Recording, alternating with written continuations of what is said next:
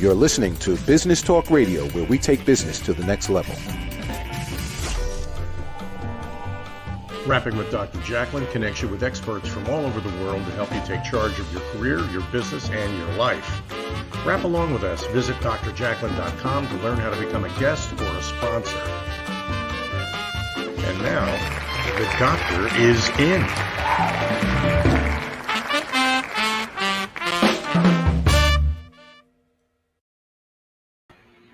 Hi, everyone. Welcome. It's so nice to see you. Hopefully you're joining us for the second, third, or fourth time today. We love having you here. You are watching Rapping with Dr. Jacalyn presents A Better You, lessons from the best coaches, consultants, and trusted advisors. This is a presentation platform. This is where a team of experts come together and present lessons to make us better personally and professionally. I am your host, executive producer, director, and broadcast engineer. Joining me today are two phenomenal people. I really like them both personally and professionally. Mariska du Preez and Greg Russak. Hello, welcome. Hello. Nice to see you again, Dr. Jacalyn. Hi, Mariska. It's nice to have both of you here. You know, one thing I really need to be better on, and I'm trying to figure this out, is how to say people's names. That really troubles me. Like, I don't even know, Mariska, if I'm saying your last name correctly. Greg, I don't know if I said your last name correctly. So I have to try to find out how to be better by saying people's names better. So anyway, welcome to the program. It's great to have both of you here. I've seen you. I've had you on different shows. And Mariska, I've worked with you as my coach. So it's just nice. I feel like it's a family reunion here. So welcome. That's great. Thank you, too.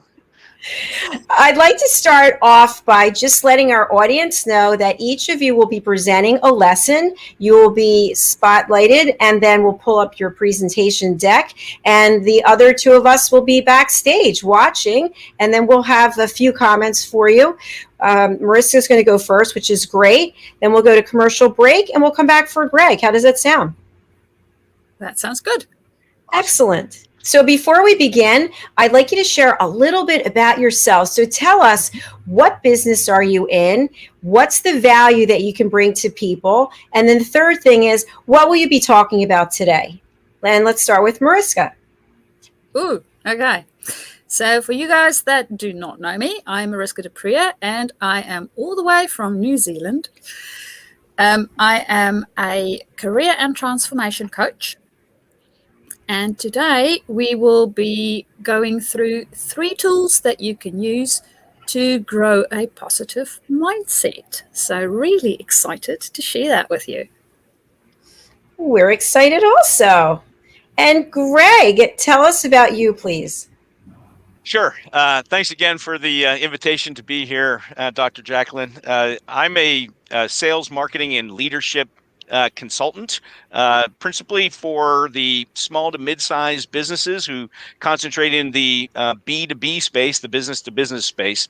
And what I really do is I help them to understand the importance of sales strategy, process, and again, leadership principles that really allow for sales to become a more predictable and a more scalable part of their business. I'm located near the Pittsburgh, Pennsylvania area, but technology allows this to be a virtual proposition too. So some of my clients aren't anywhere close. It all works out. And again, thanks for having me and looking forward to it. You bring up a great point, Greg. It's like a very small world, that song. It's a small world. It really is now. So I'd like to invite our audience, if you're watching on YouTube, do us a favor, just go to that little red subscribe button. Just click that and subscribe to our channel. We would love that. And you can watch all of our programming on YouTube, Facebook, LinkedIn, Twitter, Twitch, and then we become a podcast on Amazon, Apple, TuneIn, Spotify, and Pandora. Woo! Okay. And we're actually live streaming on 5 Facebook pages today, and of course on Business Talk Radio. So Mariska, without further ado, I'm going to hit the road and take Greg with me, and I will go ahead and put up your deck. Here we go. Yay. Thank you very much, Dr. Jacalyn. Okay. So continuing with mindset, we are looking at 3 tools today that we can use to grow our positive mindset. If I can get my slides to work with me. There we go. Yay. Okay, so the 3 that we will be looking at is yes and, flash forward, and being an explorer. So these tools were developed by Shazad. Ooh, I cannot remember his surname. I have his slide at the back of the deck, so we will come to that shortly. He's got a book out, and he did some extensive research on human behavior and what works for us and our base operating system. And these are really good tools that we can use to help us rewire our brains to just get them to actually be a little bit more positive in the way that we approach life.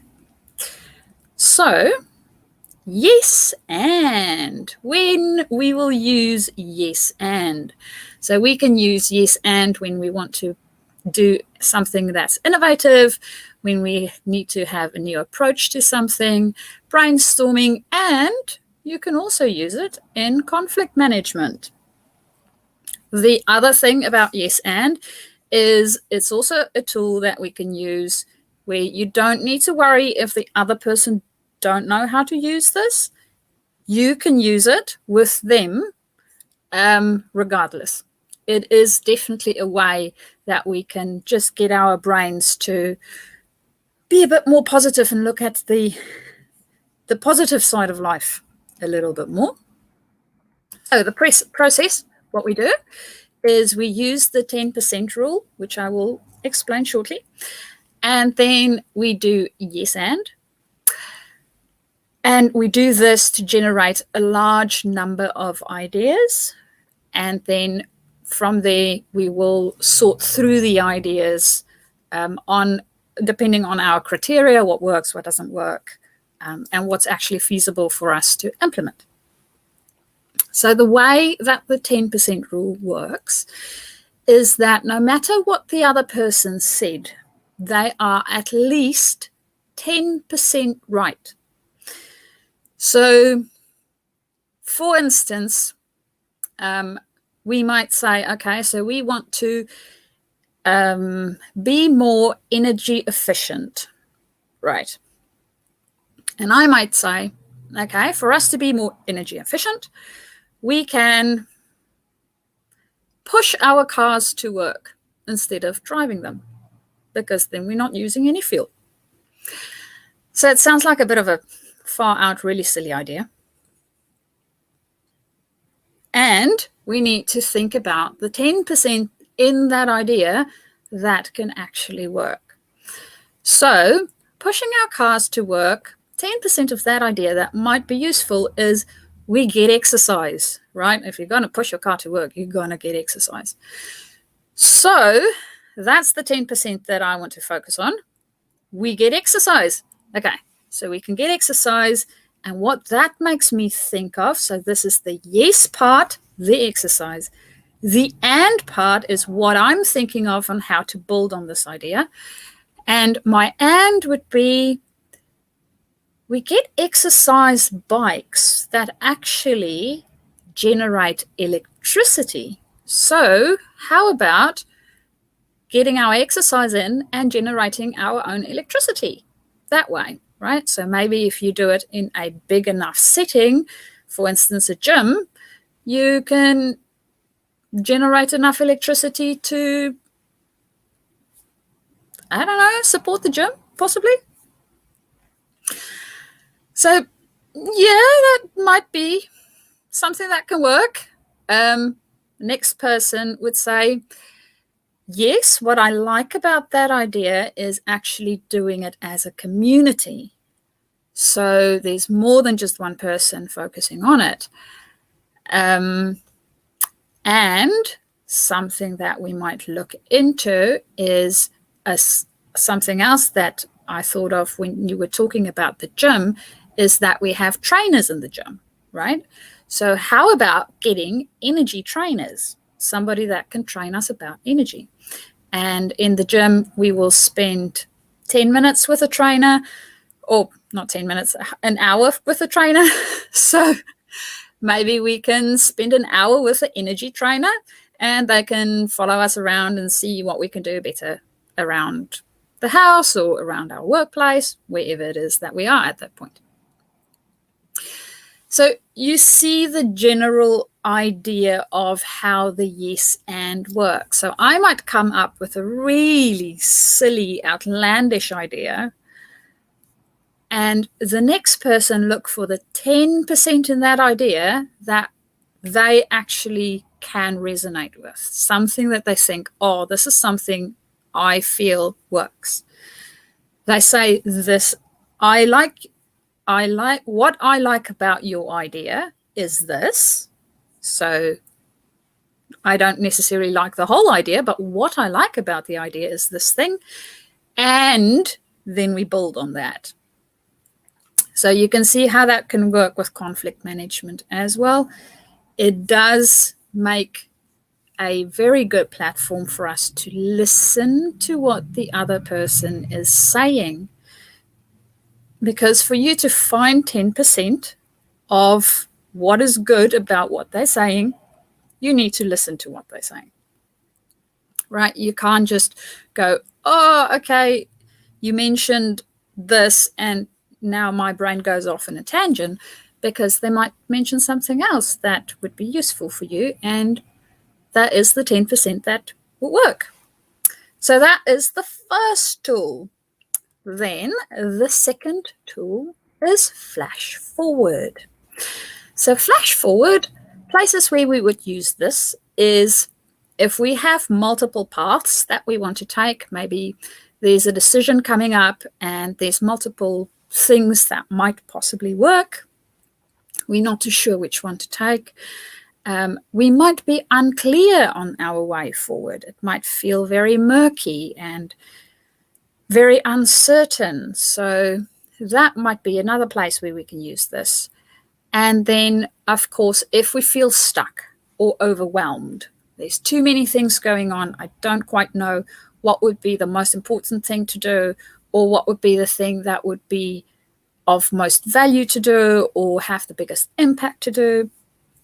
So that's all areas where we can use flash forward. So the process, what you do when you use flash forward, is you imagine yourself at the other side of whatever the situation, crisis, challenge is at the moment, or decision that you want to make. Now, this might be imagining yourself in 10 years from now. This might be imagining yourself at the end of your life. This might be imagining yourself when the business no longer exists. Right. Think about that time. Now, when I am at the end of my life, I had a full life full of wonderful experiences. And I think of that time and I look back and I see this junction point where I was standing, having to decide on doing, maybe the choice is between two different jobs. I might go to a job in a country that I don't know whatsoever. That's my one option. Or that is possibly going to pay me more or less what I get now. But it will give me an opportunity to travel and experience new things. Alternatively, my other option is to go for a significant pay cut to a job that I'm not really interested in, at a company that I'm not fond of at all, but I can at least stay where I'm at. My environment's not going to change. So going forward to the end of my life and thinking of this junction, what would have made what would I have experienced at this point in time? And looking at this junction, I might think that, well, going to a different country is a bit scary, but it also exposed me to new friends, new experiences, a new environment, and different cultures. And that has enriched my life so much. I am now staying in a totally different country, even a different country to where I moved to the first time around. But I was able to see the world, and that was something that I always wanted to do. So that makes my decision so much easier when I come back and I think about the decision that I want to make. So that's a way of using flash forward to think through decisions that needs making. Then the last one is being the explorer. So yeah, it is about any area in life where you might need clarity. This might be business related or life related. It can be used for problem solving. It can be used for getting other solutions. So we normally get our sort of easy solutions, the things that you can come up with fairly easily. But you might want to think outside the box a little bit. So this is a way to do that. And then in those times when failures occur, which they do throughout life, and that's a way for us to learn, this is a great way to actually learn from our mistakes and failures and just looking at them with a bit of a different lens. So the way that we do this specific one, or the process that we use, is we think of ourselves as anthropologists or astronauts, depending on what you enjoy more. You can use either or. It is all about being curious. So it is about being curious about your environment. It is about being curious about the other person, and not just the superficial curiosity, oh, that's a nice dress, or that's a nice color, or that's a interesting piece of furniture type of curiosity, but really deeply being curious about why, when we have this conversation, why are you thinking a specific way? What is going on for you to be in this specific mindset and way of thinking, and really discovering what's going on? So this you can use in a cognitive, okay, so what might the other person be thinking? And we can also use this in a feeling sense, as a what might this person be experiencing or feeling? How is their body showing me different signs of what might be going on, even though the words that's coming out of their mouth might be a bit different? Really being curious about why this thing is happening and what is happening. In our quite a few lessons back, actually, one of our lessons, we talked about emotions and what comes up with emotions. So one of the things about emotions, when a person has some emotional reaction, whether it be crying uncontrollably, or whether it might be that they're very, very angry and they shouting, that emotion is almost like an exclamation mark. You know, these wee little sensors that they have these days in the mirrors for the cars to indicate that there's another car coming into your blind spot, and there's a wee little light that goes off to say, hey, just there's a warning, there's a car in your mirror, just have a look. So that's basically what happens with emotions. Emotions is trying to tell us something.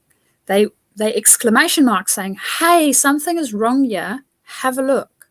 Or something is going on with this thing, have a look.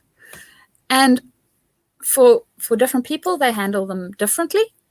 But being an explorer, we actually get curious about, why is this exclamation mark warning sign going off? What's happening? And not just reacting to the thing that is happening. So this is a really, really great way of exploring that more. And even in our own failures, having a look at what happened, what was the process that was used? Did the process work? How much of the process worked? And how can we sort this out? How can we make it better for next time round? Because there is little exclamation marks along the way, almost like breadcrumbs, showing us exactly where we need to focus and what it is that we need to do. So that is the 3 tools that we have. And there is, the book by Shazad is Positive Intelligence. And Jacalyn, like you, I am not going to disgrace his poor surname. So we will just leave it at that. And that is all I have for you today.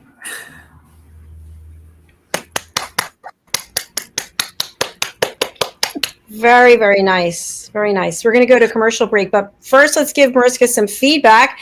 First of all, I love how you always use great analogies. I'm literally picturing myself on the highway pushing my vehicle to get to an office.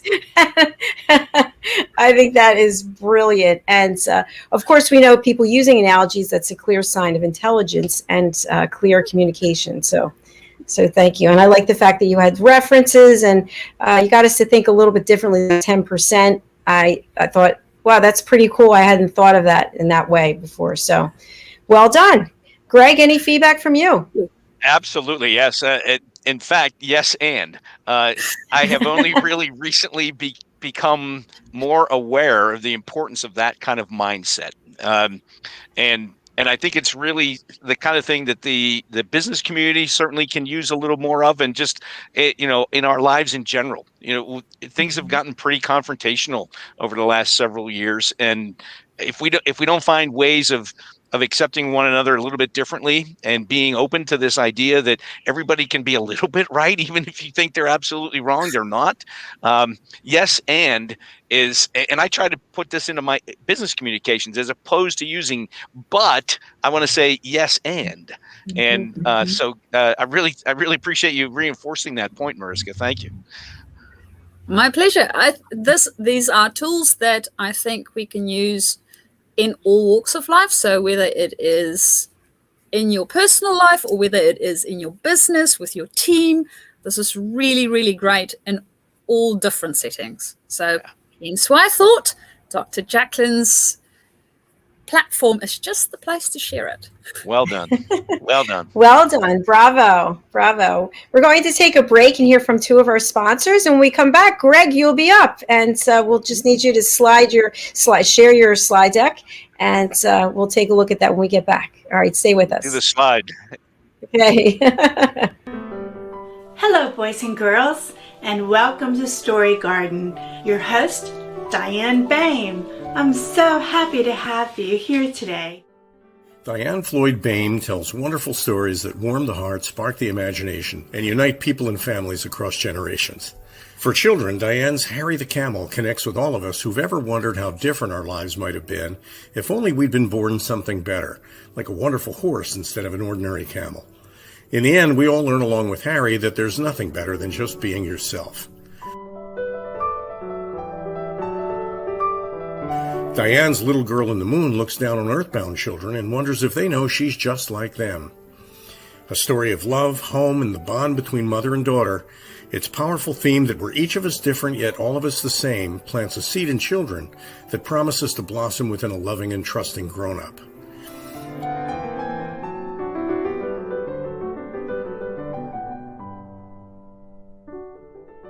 Diane's new biography, Rise, recounts the experiences of her grandmother, Ruby, to reveal the hidden strength of the human spirit.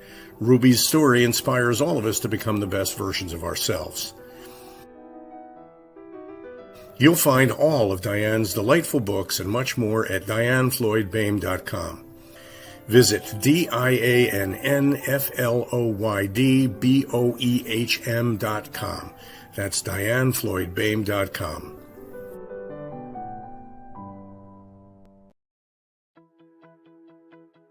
Meet the modern learner.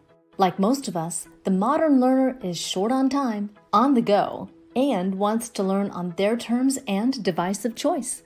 The key is to meet them whenever and wherever they may be. The solution? Best-in-class content served up by the Engagement mobile learning platform, where the modern learner is at the center of the learning experience. For example, they can receive a text message that alerts them to a new learning module. They simply tap, watch, read and engage, or play a fun learning game.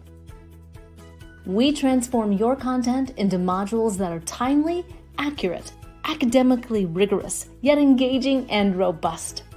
Personality motivators are blended with modern adult learning principles to make it faster and more natural to absorb the content and have fun while learning.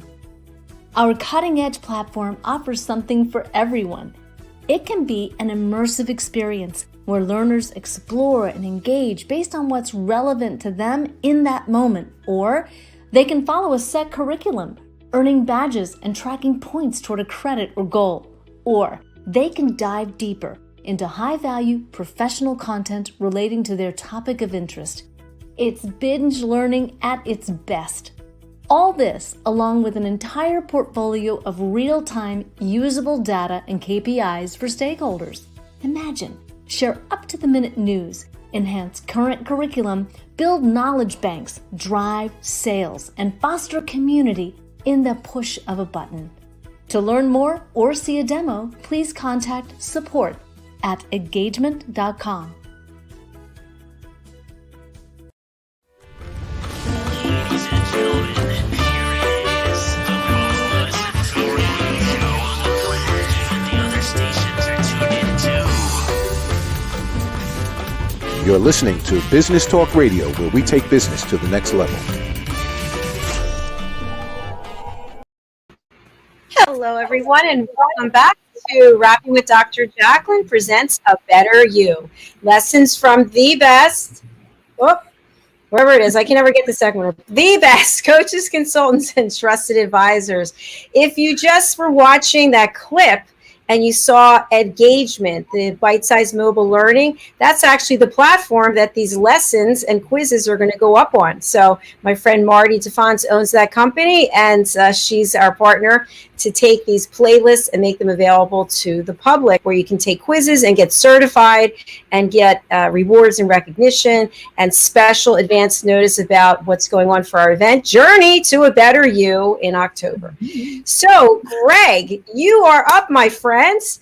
I am going to bring up your deck, and then Mariska and I will be backstage wishing you well. Enjoy yourself and just have fun. Here you go. Thanks. Thank you again, Dr. Jacalyn, for having me, and thanks for the opportunity to talk with your audience today around what I would consider to be some very basic but really important concepts in business. I started the practice Conscientious Capitalist a few years ago because I really felt like there was an unmet need in the market, especially in startup and early stage companies that really needed help in understanding what would it take for them to take a new idea to market, and how can they make sales more predictable, and to do that really with an eye towards purpose. integrity, honesty, those kinds of concepts that sometimes aren't always attached to the profession of sales. I have a friend who likes to say that sales is a very noble profession. And so today, what I want to do is I want to talk about what I consider to the three big questions for sales success to be. Now, everything I'm going to talk about today is on the website, ccs-llc.us. These are all free resources that I've put together from years of experience in sales and marketing, and that I make freely available without even the need for an email address for a download.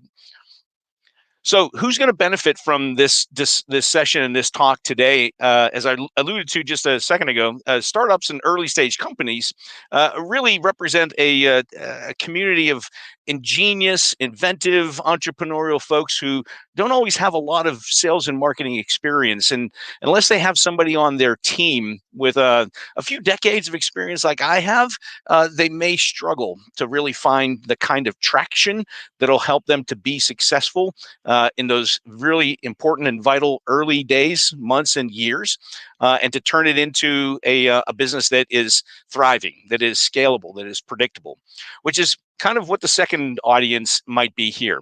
An established company who's having a hard time understanding why sales have flattened, or even worse, starting to decline. What's happening in their organization? What's happening in their marketplaces? Is it that their sales strategy and process is out of date? I can help them to identify where those obstacles and challenges might be, and to create a plan and a strategy for making sales again more predictable.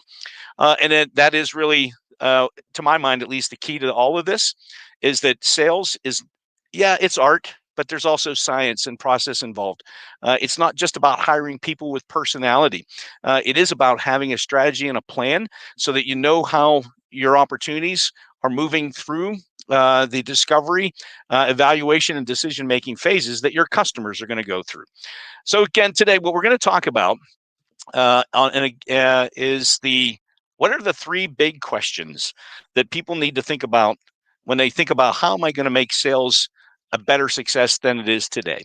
And those three questions really are: who do I talk to? What do I say? And why should I care? Or I'm sorry, why should they care? Meaning the customer. What we're really trying to do is distill down some of the big strategic sorts of asks that your salespeople will have of you as a business leader, and even as a marketing leader within the organization. It's these three questions that can really help that sales team to understand what it's going to take to be successful, and what they really need to be accounting for when they start their outreach. So let's break down these questions one at a time. Who do I talk with really is about a four-step process. At least this is what experience again has taught me. It starts with who the target audience is. And when I say target audience, I'm talking about market segmentation. Now, there's lots of different ways that every business will segment their markets. I'm not here to tell anyone what those segments ought to be, but there ought to be some agreement on how that market segmentation is going to look. Is it going to be based on things like the business that your target customers are in? Is it going to be about the size of that company? Is it going to be about revenue or employees or any really number of things that will create that prospect profile? And that prospect profile, and there's a template available on the website to download, can help you to walk through the answers to these questions specific to your business. There are other general characteristics that you also want to account for, separate and apart from some of the more standard and basic kinds of market segmentation, but it really is important that you don't really and I have this conversation a lot with startups. Not everyone's a suspect, not everyone's a prospect. And so it's important that with the precious resources that you have in terms of people and time and money, that you provide direction to your salespeople as to where they're going to find the best opportunities. And that really is the answer to this question: who do you talk with? In addition to the market segmentation, those separations by company types and industries, I'm a big believer, and again, because experience has taught me this, that you should really be accounting for different kinds of buyer types. Great book written years ago by a gentleman by the name of Jeffrey Moore called Crossing the Chasm really taught me this lesson. And I applied it and applied it successfully many times since. This idea that not everyone is thinking about their problems, their desires, their solutions in the same way is something that's really important to account for when you decide who the salespeople are going to pursue in terms of prospects. So if you're in a business where you're serving manufacturers of a certain kind, and you have developed a new product or a solution, let's say a piece of software that's brand new, no one's ever seen before. Well, there's a very good chance that the people who are accustomed to just sticking with the tried and true are not going to make great prospects for you. That's not the kind of people they are. You have to account for the kind of buyer as well as the market segment that buyer is in. And a really, really powerful way to figure this out, and it's part of this prospect profile template that I encourage everybody to download, is this notion of going through the exercise of mapping your benefits, the things that you do that are important, that are valuable, that are different than your competitors. Map each and every one of those out to the kind of person that you think they're going to be appealing to.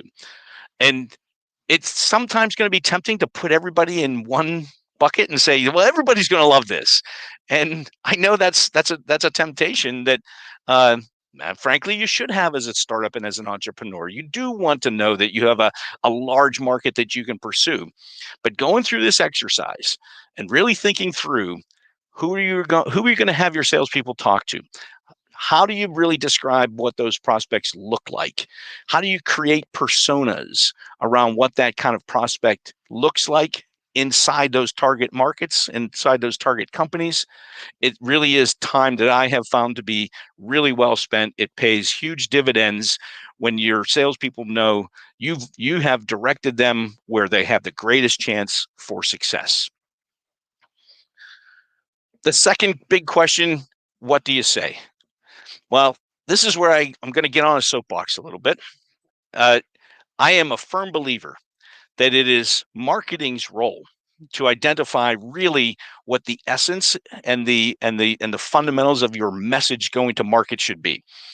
And I believe that because I don't think you really want individual salespeople deciding to make up what that message is individually for different customers.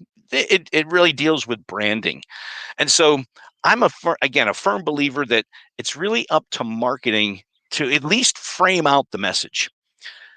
Salespeople then need to take that message and turn it into something that's delivered multiple different ways, different platforms, but certainly in ways that capture the prospect's attention.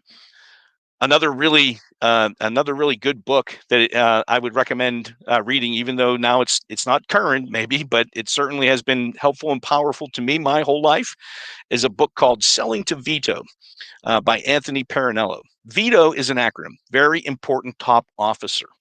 If you're in the B2B space, if you're selling high value, i.e. high priced products and services, and these are decisions that need to include people at senior levels in your target market, then I'm a big believer of thinking about what's the best way to capture Vito's attention when it comes to the value that you represent to them and their organization. And so my advice to most B2B companies is to start up as high as you can in that organization, knowing whether or not that company fits an A, B, or C market segment category, and whether or not the buyer persona, because now it's really easy to know what kinds of people you're reaching out to thanks to LinkedIn, Facebook, Twitter, Instagram, you name it. Now you can craft the parts of the marketing message that sales rep is going to use to encourage that prospect to pay attention to them. And when they do that, I really believe that, and again, experience has taught me this, you can really effectively engage that prospect on something other than your product or your service. It's about the prospect. It's about what you can do for them. It's about what they're looking for, what their needs are, and really how they define value from a partner, because you don't want to be necessarily just a vendor. One of the other assets that's available for free download is this idea of a call script. Now, this falls clearly under the category of what do you say, or what does a sales rep say? And it's easy to push back on this idea of scripts. And I want to make sure and emphasize that the script isn't something that is read verbatim. It is the story that you're going to tell. And it's going to include things like the kinds of questions that you want to ask in order to understand whether or not this is in fact a good prospect. It's going to include your readiness and information at hand to handle the objections which you're bound to get.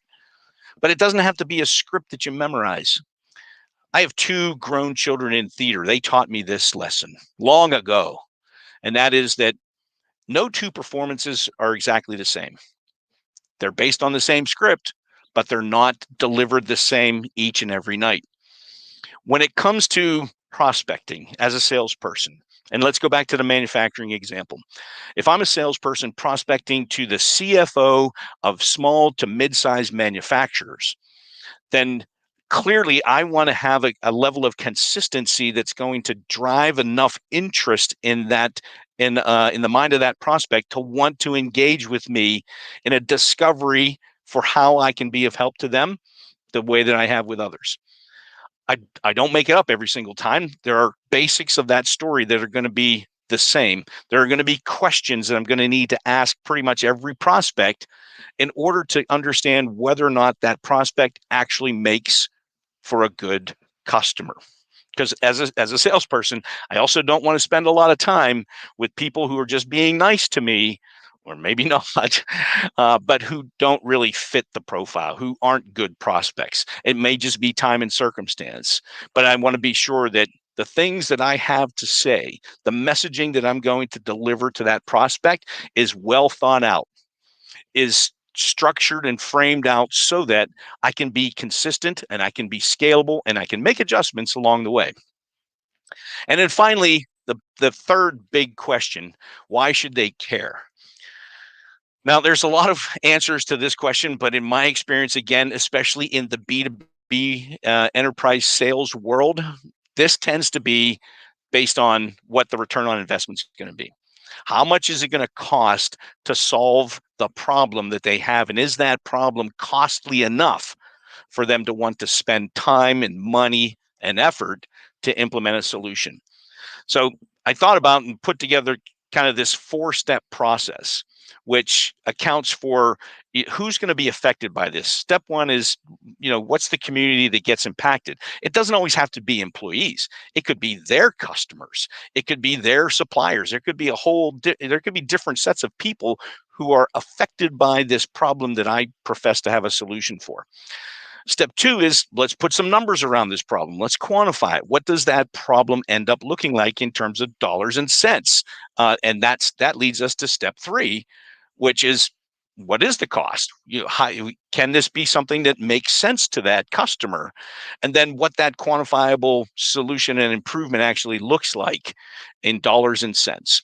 So I put together an example here to go through this, only because, again, this is really where this is not just the end of this 3-step question process, but it's also the beginning of how I establish what my value is going to be. And so this was for a client I had a little while ago that was in the expense reporting software business. And so the proposition basically for a salesperson in that organization was to do a little homework, understand how many salespeople does that company that I'm going to reach out to have. And you don't need an exact number. It can be a guess, right? So let's assume that the prospect, Dr. Jacalyn, has 100 salespeople. Well, if she has 100 salespeople in her organization, and on average, they're traveling 200 miles a week on business-related travel, that they're going to get reimbursed for at 56 cents a mile. Well, that creates almost $600,000 of reimbursable expenses each year. Now, if my value proposition to Dr. Jacalyn is, look, I suspect that right now your salespeople are reporting to you the mileage that they drive.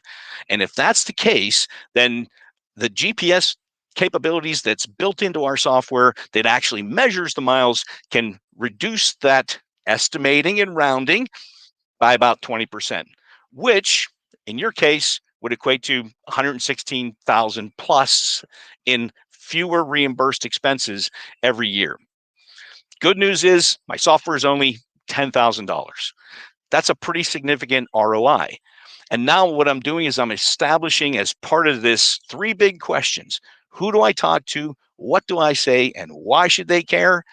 It's because I'm thinking about what the value to my prospect is, not what I want to sell them. I'm trying to be a trusted advisor to this prospect who's never heard from me before.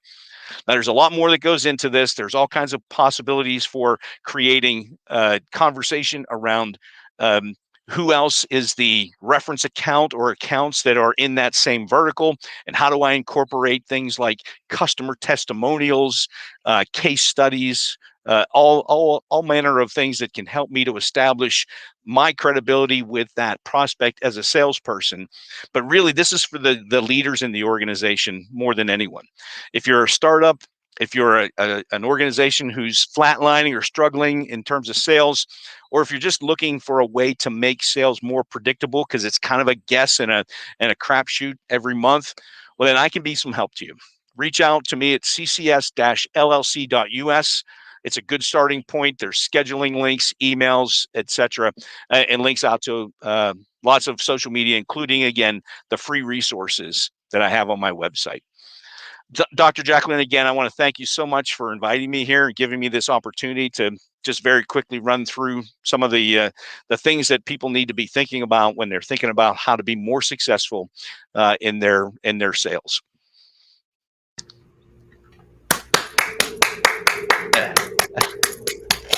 Greg, that was outstanding. You were the consummate pro. Thank you. Presentation just flowed with so much fabulous information. It's no wonder that you're an expert at what you do. So I really appreciate that. I love how you summed everything up in that last slide and gave an example. And you're a really good presenter. So thank you very much. Thank you. Thank you again so much for having me. You probably can tell I really do like doing what I do.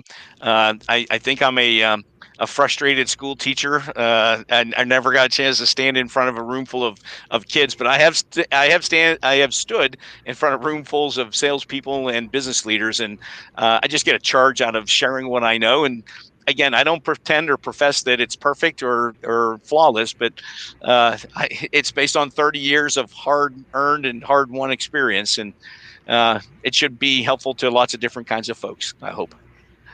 I totally agree. Thank you. Mariska, you have maybe 30 seconds for a comment, if you have one. You're on mute, my dear. See, now my 30 seconds is 15. I have loads of notes. So I made notes. Really loved it. Yeah. Again, Mariska, and to everyone who's watching and listening, or maybe he will hear this later, I really do mean it. Go to the website, go to the free sales resources. I don't even ask you for an email address. There are things there that you can download. Much of it you can use on your own. And as I like to tell people, the reason I do it this way is because I'm happy to share. I'm glad to help. And if you need more help than what that information can provide, well, then get in touch and, let's just talk. I'm happy to have that be the way that we meet and get together. And if you don't need me, great too. Maybe you'll just say nice things about the conscientious capitalists to other people. Of course they will. Yes. I'm so thrilled that you were here for your first lesson. I hope you'll come back for more. And we have to close the show because I have another show starting in 9 minutes. So, Greg, please give your contact information. We have your banner streaming, but for the audience listening. Yeah. Great. Thank you again, Dr. Jacalyn, for inviting me. Mariska, great to see you. Contact information is pretty simple. It's ccs-llc.us. That's the website URL. You can get me and get to me from there pretty easily. If you're looking for an email address, it's Greg, Greg, at ccs-llc.us. And thanks again, Dr. Jacalyn. Great being here and really enjoyed it. Thank you. Thank you, Greg. Great having you. Mariska, how do we get in touch with you? Well, mine is email. So email me at Mariska, Mariska, at Journey to Discover, JOURNEY, to the number, DISCOVER.com. Brilliant. Thank you very much. Thank you both. Look forward to seeing you again. And we have one show coming up. It's called In the Name of Love. It starts in 9 minutes. So I'm going to bop over to that studio, and I wish you all a pleasant day. Thanks again for being here. Thank you, Greg. Thank you, Mariska. Really appreciate it. Nice job. Thank you.